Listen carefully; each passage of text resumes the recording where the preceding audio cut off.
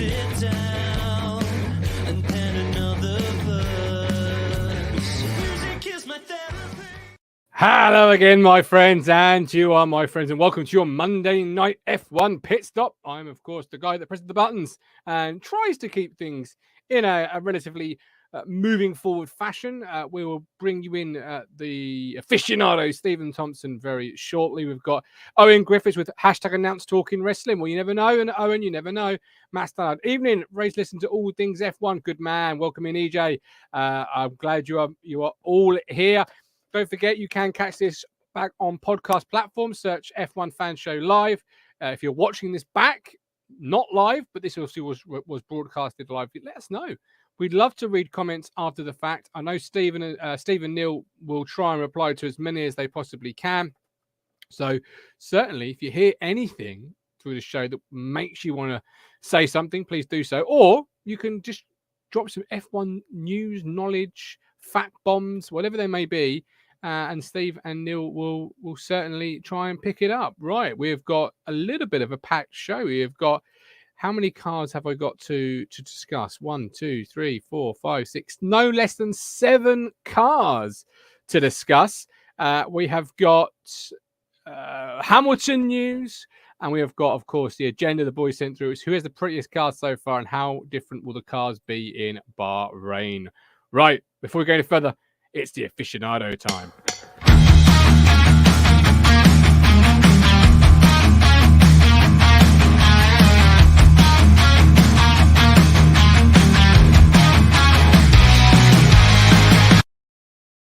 Thompson, good evening. How are you? Evening. I'm not too bad. Yourself?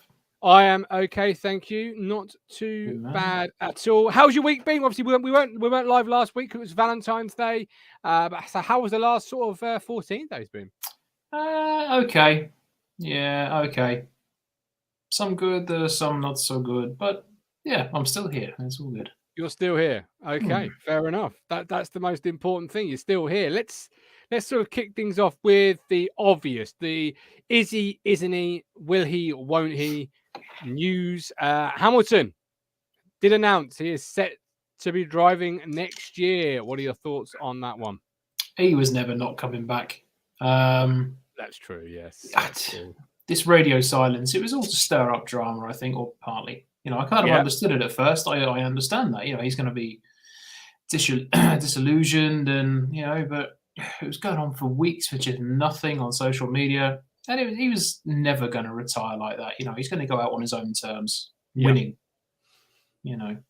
So no great surprise. Do you think? Because I saw an interview with George Russell back in or middle of last week, I think it was. We were discussing the cars, and he just had a real excitement and exuberance about him. Do you think that in itself is something that is a storyline to watch out? That's why Hamilton maybe has come back, because he wants to, you know, be constantly the best, and the greats want to be the greats. And George, for a lot of fans, could be taking it this year because he's in a faster car. They see him as a great driver.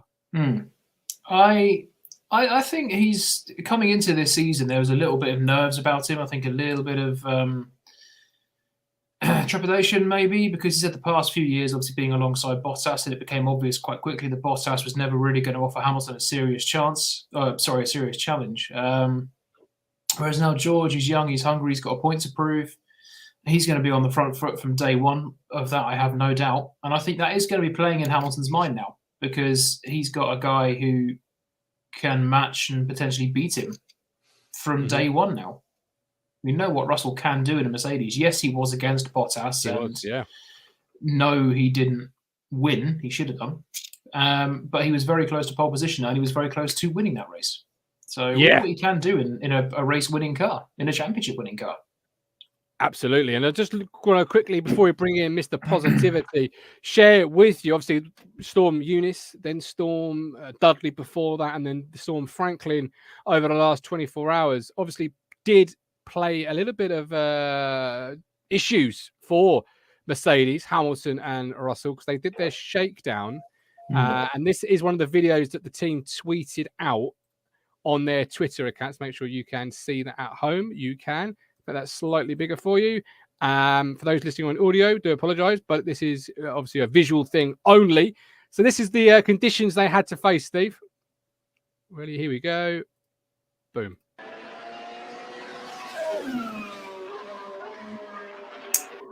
A fair bit of surface water. Fair bit of spray there. It's going to be the wind, isn't it? That was the tricky thing. It was, yeah. Yeah, I did wonder how they were going to handle that because Mercedes were out and about doing their track day, and it's not easy because you want to get an idea of what that car can do, and that's not going to be a representative time. So no, exactly. And they did. It's only a shakedown as such, but not ideal. It might be an easy question to answer, but as we always say with this show, you and Neill are the experts. I am the new fan. I'll ask a silly question. Why does it? Some teams like Ferrari had their shakedown in Barcelona, whereas Mercedes obviously was Silverstone. Is there a reason why? Do they get to choose where they go? What's the deal with that? Some teams will have access to different tracks. So teams like Mercedes, because they're based in Brackley, Aston Martin are based across the road from Silverstone. So they'll use the Silverstone circuit, but Ferrari use Fiorano, which is their own personal test track. Right. So depending on location and things, you'll have certain teams will use. I think AlphaTauri use Imola because they're not too far from that circuit. So you don't get any real sort of idea as to what they can do. You just get to see the cars. Basically, it's almost like a photography sort of thing for a lot of the time, or it is just a pre-test shakedown. It's a bit of an exhibition run. A pre-test shakedown, just to make sure the car doesn't burst into flames. So a chance for the photographer's camera, a chance for the fans to see the drivers, particularly sometimes new. In this case, George Russell in the new gear, and just seeing behind. Obviously, this obviously hurts yourself as a Williams fan because you were probably dying a little bit inside. But a few comments. I bet you do. Yeah, and then you realise you're a town fan McKenna at the wheel, and life is suddenly all good again. Life is rosy. Matt Stanner, do you think having George there too, they can help Hamilton defend the Red Bulls? I mean, Bottas can only do what that when doing a cameo as a bowling ball. Zach Ips F1 makes a great point, which I think plays a little bit into Hamilton's thinking. Remember, George out-qualified Lewis twice in a Williams last year. Once would have been as cold as well, wouldn't it? Because that would have been the first time he sat in that Williams car. I'm right in thinking, right? Well, he out-qualified. I'm trying to think of if you can remind me which other race it was, because I know Belgium, he out-qualified Lewis with that insane lap in the wet. That was one of the laps of, for years. So that's why he deserved that podium, just on qualifying alone. Okay. The other race, I can't remember what it was, so remind me of that. But remind us of it in the chat there, please, Zach. We'd love to know. He knows what George can do, because, yes, okay, he put it on the front row in the Mercedes. But last year, the British Grand Prix got it into the top 10. Honestly, the cheer when he got that car into the top 10 compared to Hamilton's, I'd say George's cheer was bigger because that was just, you don't expect it. And George has, since 2019, he's been dragging performances out of that car that he shouldn't. But that's unfair because Hamilton is the GOAT. Hamilton is the guy that's been winning year in, year out. So of course, there's some viewer fatigue there. Whereas George is the upstart, the guy that then you wait until George has won 10 championships, 8 championships, 5 in a row, whatever it may be. Hamilton has won in a row, or as often as he has, because people will be bored of George by that point as well. I can assure you. Oh wait. No, George can win 20 championships. I don't care. What we'll say about that, and I will be here every step of the way. But right, Neill time in just a second. Before we do, Neill, I'm going to bring you in on the other side of this question because you are a Lando Norris fan. Owen, I found myself out of the loop with F1 in recent years. Then this is the show for you, Owen, because I am the new fan. So like yourself, I'm out of the loop. I don't know much. So I'll ask the questions that maybe at home you're thinking, I would ask that, but I don't want to appear to be naive. I hear good things about this Lando Norris. What's his upside? The next Jensen? ? What's Jensen. Lando's upside? The next Jensen ? Well, only one person can truly answer that. Well, that's Lando. But the second best person is, of course, his biggest fan, Neill Mowles. Wake up to the, wow. Wake up to the money, turn me right on. You look like you got dressed with no lights on. A Superman that spin like a cyclone. Fit check, spin like a cyclone. Wake up to the money, turn me right on. Yeah, but we're crap. We're not going to dominate any team. Oh, how that's changing. Hello there. Sweet sound. How are Great game on the weekend. Absolutely stunning game. Absolutely. But, of course, we're here to discuss the thing with 4 wheels and a great big engine. Owen's comment there. Lando Norris.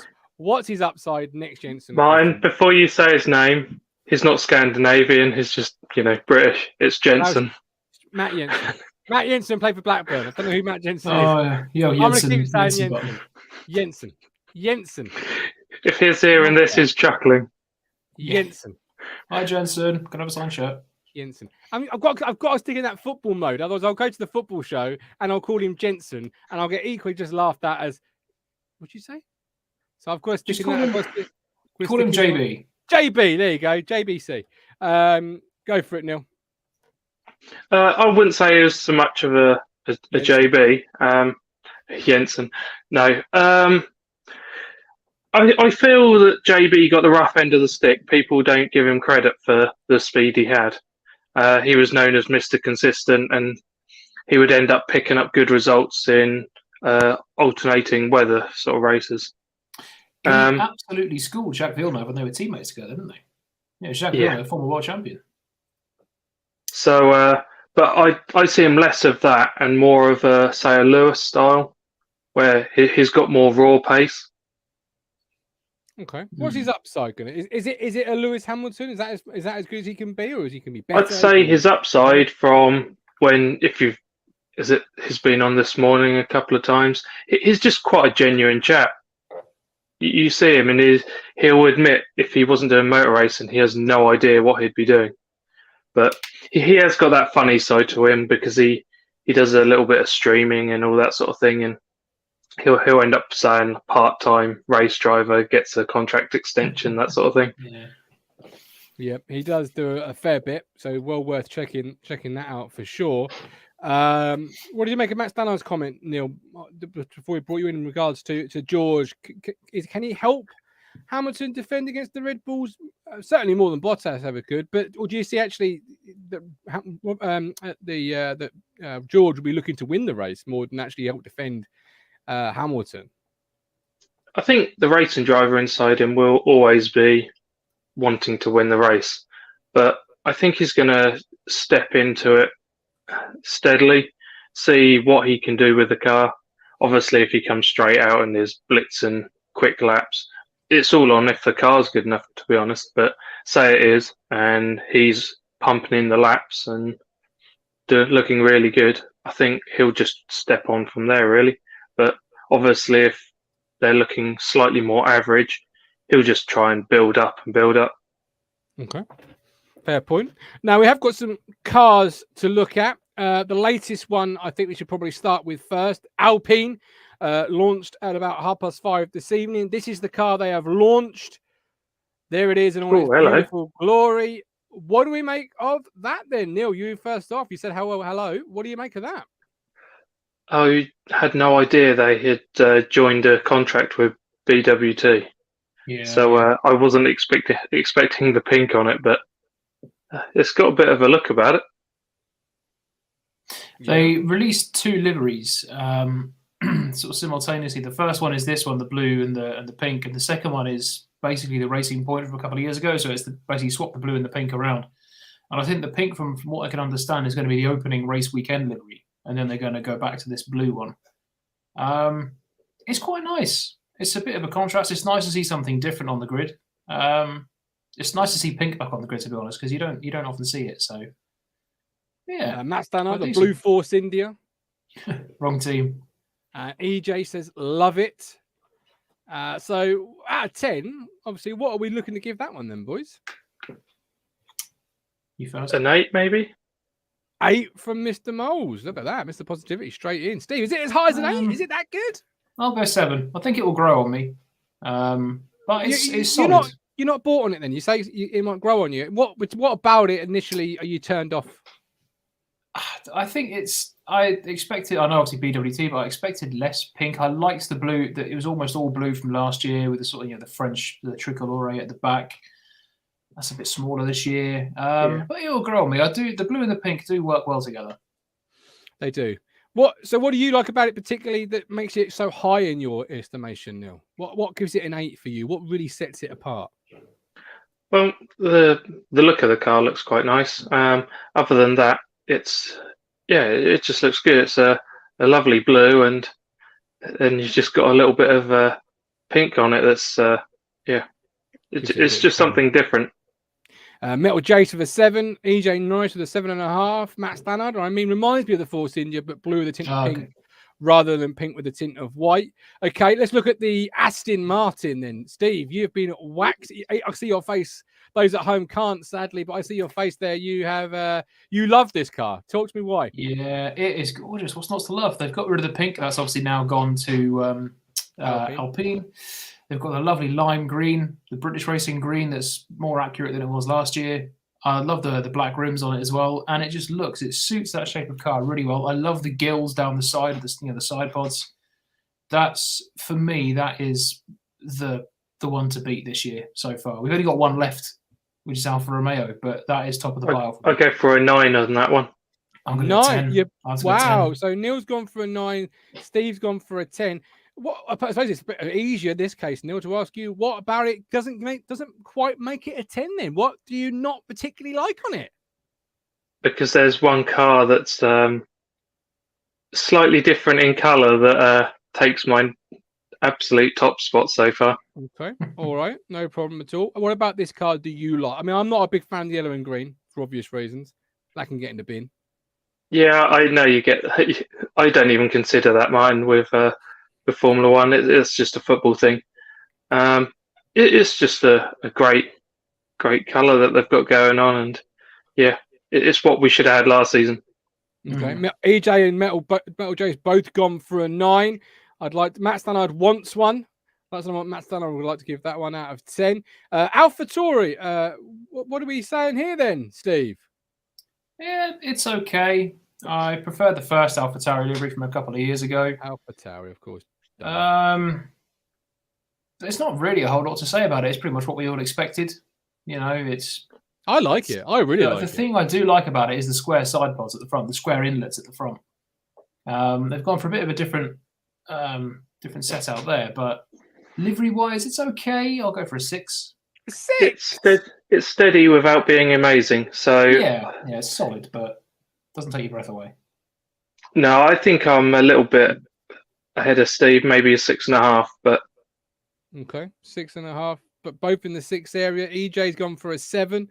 I really like this one. This is probably up there with the Alpine for me. That Aston Martin, I'm not a big fan of. The Alpha, this one I'm really I like this one. This is I'm not quite sure what I'd give it out of 10, but definitely I do like it since they've changed to AlphaTauri and they're almost done their own thing. Metal Jason Matt gone with a 7, so slightly, and EJ with a 7, so slightly higher than yourselves there. But I just think there's others that pip in the 7 category that are ahead of that for me. Okay. That's all right. So. Ferrari. What do we make of this one, Neil? You finally found it. This is my 10. Really? Okay, tell us why. It's just got some really interesting designs to it, and also they've got the red and black going on. That's sort of gone back to the old school. Yeah, it's just a really nice looking car. Steve, what do you It's think? a 9 for me. It's so close to being a 10 because they've gone red and black, very 90s. Absolutely love it. The only thing, can you just put that image back up on screen again? I can, yeah. Please? There you go. Thank you. The only thing, you can see it here. I don't know the little mouth at the front of the nose. That's a bit strange. And also, I noticed them in a photo a few days ago. The massive dips in the side pods. That's just, you can see them filling with water when they're standing still. But apart from that, there's not a whole lot of complaint about that. It's absolutely lovely. It's so good now the Mission Win Now thing has gone. It's back to the, I can remember these red and black Ferraris. It's lovely. So much better. Metal Jace with a 6. I'd love to know why a 6, Metal Jace, with the two boys giving it such a high mark. I'd love to know why. I'm not even a Ferrari fan, so let us know. It did take me when I saw it. 8.5 from EJ. Matt, reminds me the Mars Daughters War in the Plague. 4. Ooh. Is that on the Ferrari? I suppose it must be. If you're a fan like yourselves with a lot of heritage and tradition, you're probably all over it. A new fan like myself, it's a bit plain compared to the rest. It's a bit. Meh. For me, the designs into it that help as well as the color scheme, the livery as such. There's some really interesting parts to it. James King, it's a red Ferrari, nothing special. I mean, you're I'm always kind of gonna get there. it. I'm kind of there. You can always. There's one thing you can always guarantee about a Ferrari launch. It's going to be red. You know, Red Bull going to have Red Bull colours. Ferrari, it's going to be red. It's how they do it. They've had dodgy shades of red in recent years. They've had the stupid lime green Mission Winnow sticker, and they've had weird designs. But this year, like last year, that red fading into a burgundy, didn't like that. But this year, it's a solid, nice red. It's got the black. It's simple. It looks retro. It's what you expect from a Ferrari, but it's a better effort than they've had for many years. Going back quite a few years now. Let's go with this one next. What do we make of this one? I like that they've gone back to the silver. Yeah, it's nice, but it doesn't really do too much for me. I think that sits around with the AlphaTauri, so it's around a 6.5. 6, yeah, 5 and a 6. Just remind me because I haven't labelled this one. Who is this? George. Perfect. So it's Mercedes. So 10 in that case. That's Mercedes. 6 normally, 5 normally, but with George behind the wheel, 10. Hopefully, most teams have put the name of their car, of their team on them, so I haven't had to look as George's number is on the nose. But I'm a rookie fan, Steve. I don't know that 63. That's the only number. And he's changed his crash helmet. So I'm looking at the cars. I'm thinking, well, that's obviously Ferrari. That's very, as you said, always red, very easy. Carlos Sainz. Yeah. So the little one, I was thinking, where I can't see it anywhere. Where that's it's not very obvious, is it? No, I'd say the thing I don't like about the Mercedes, I like they've gone back to the silver because they're sort of traditional things. Silver arrows, they've always been that colour. So Metal Jace doesn't like the air intakes and the nose tip on the Ferrari, but does give the Mercedes a 9. Well, that's fair enough. I mean, it's nice they have gone back to the silver, but I just don't like on the back. You can't really see it on that photo, but towards the back, it's just got loads of Mercedes badges all over the engine cover. They did a similar thing last year. I just don't like it. Okay, fair enough. It's a bit plain for me. It's a bit plain. A bit like Ferrari. Don't like it that much. But true to its roots, I guess, being the silver arrows. That makes sense. This one. This is obviously Haas. I know this one. Team Haas. Or Has, or however you want to fucking pronounce it. What are we saying? 2. That's in the same as the Mercedes. If I'm honest, I might even go to a 5. Yeah, it's just a bit bland, isn't it? A lot of white, a little bit of the Russian flag. I think it suits this shape of car. It suits this shape better than last year's. But what I don't like is that it's red, white, and blue. We're an American team. Yeah, you just happen to have organised it in the shape, in the colours of the American. You could at least put some stars on it. Exactly, because I'm sure I saw somewhere they said red, white, and blue because we're an American team. So, yeah, but you've arranged it in exactly the Russian way. It's blatantly a homage to the Russian flag because they can't use the Russian flag, obviously. But the car that was from a recent running day, I think yesterday. Refresh car. That's about right. I'll be as quick as a tube of toothpaste. Every time makes me laugh. It looks a lot different from what they released the render when the car was first launched, and it doesn't look too bad on that shape of car again. But it's the same. Minty fresh, right? Minty fresh. Last one I've got here. Are you ready for this one? Should be 2 more. Should be 2 more. Yeah, Red Boy didn't copy across as well. There should be 3 more in that case. Okay, I'll have a look. But this one, talk to me about this one, Steve. 9.5. Why is it? Other than the fact it's a Williams, why is it a 9.5? Love the shade of blue. I love the electric blue they've got going on there. There's a little diamond pattern on the back as well. Just noticed the wider airbox at the top, which I quite like. I like that they've got these little flashes of red as well.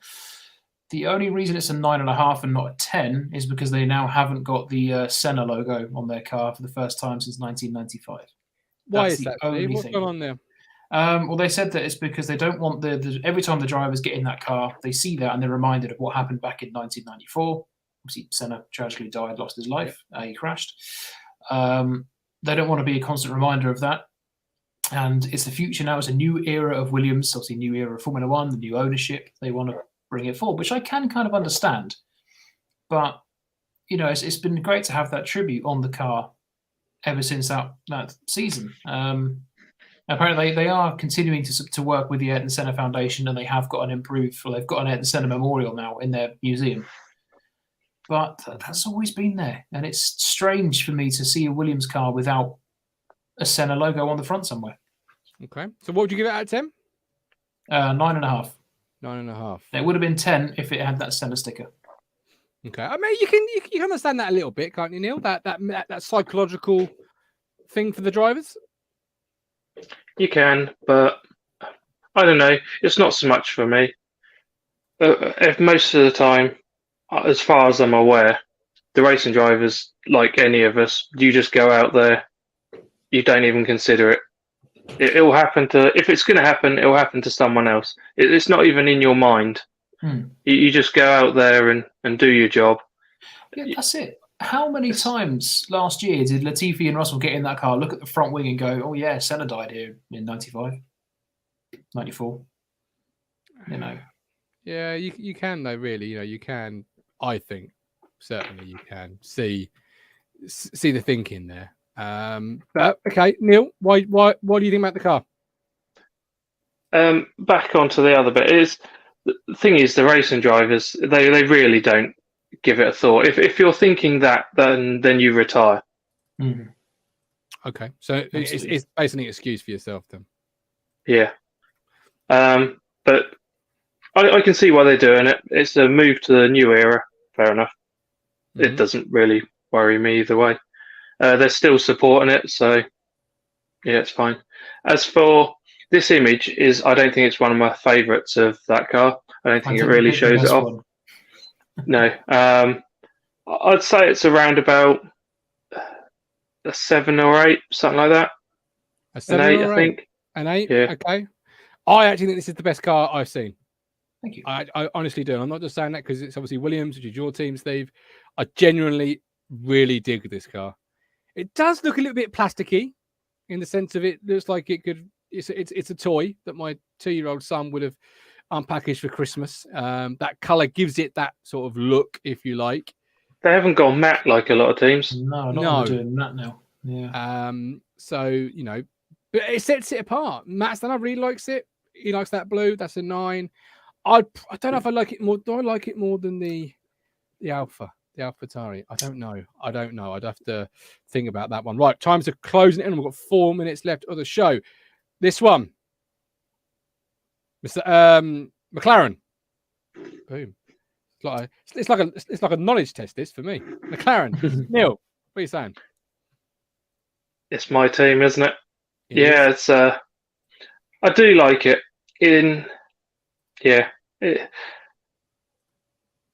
Nothing will beat the full-on Golf,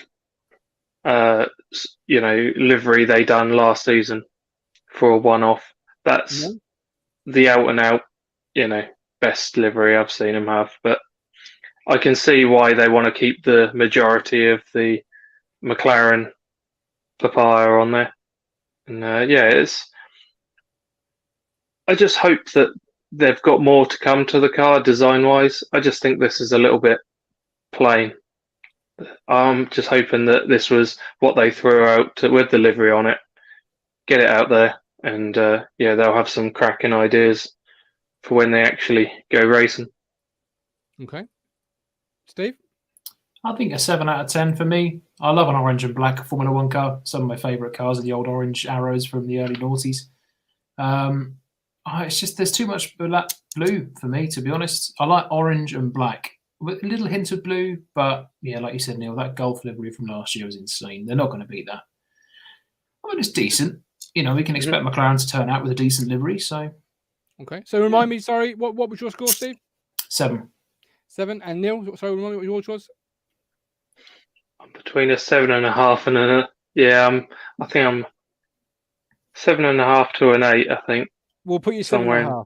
Okay, so based on that, I haven't got any more pictures that you've sent me, Steve. That's it, literally everything. I'm just trying to find it. That was it, other than Red Bull, but that didn't transfer across well. We'll look at that next week. So basically, Alpine, Aston, AlphaTauri, Ferrari, Mercedes, Haas, Williams, and McLaren. You, Steve, your prettiest car there is the Aston, which is surprising nobody. You've been waxing lyrical about that for weeks now. And Neill, your prettiest car is the Ferrari. Does that surprise you to hear that? It did, yeah. I was just expecting, they've been talking it up. What could they possibly bring to the party that's, really that good?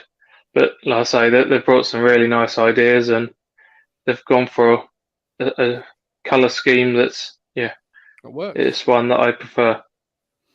Okay.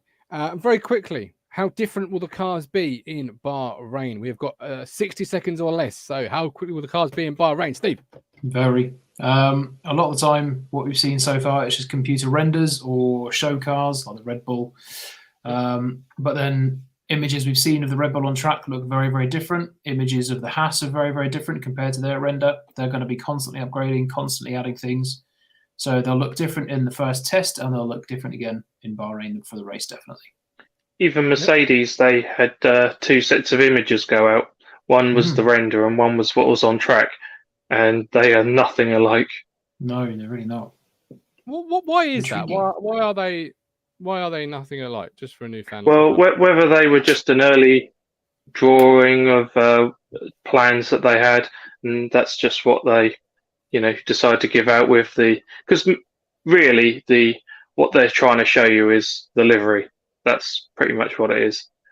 And then because these cars, even what you've seen on track is, as you mentioned right at the start of the show, it's a bit of a shakedown. It's just getting a little bit of, time in the car, get the engine running, get the wheels turning. Okay. That's pretty much all it is, and they'll end up having people working furiously in the factories, churning out parts. They'll end up, testing them and all sorts. So, I doubt that we're even remotely close to what the cars are going to be like when we get to Bahrain. All right. They're still trying to hide so much from each other, as we know from Red Bull, because they didn't even bother with a car. Did they not? No, it's the car the show car that was given to us midway through last year. They've just plastered a Red Bull livery on it. Ah, there you go. Yep. Right, there we go. This is all so fascinating for me. Learning this is like proper interesting. So we'll bring you the cars we didn't bring you this week next week. But that's it for this week. Anything else before we close? No, I think we're good. Perfecto. Metal Jace. I think some of them will look even better in the night races. Yes, that is one to consider. Absolutely. Right. He has been Neill. He has been Steve. Steve, sign us out, my man. Thank you very much for watching. Love all the comments. Love seeing you all getting involved in your different scores. It's been absolutely brilliant. So we'll see you next week, 7:15. I think we'll have the Alfa Romeo by then, I think. And I think we will have had the pre-season or the pre-test shakedown. So, we'll see you there at 7:15 on Monday. See you then.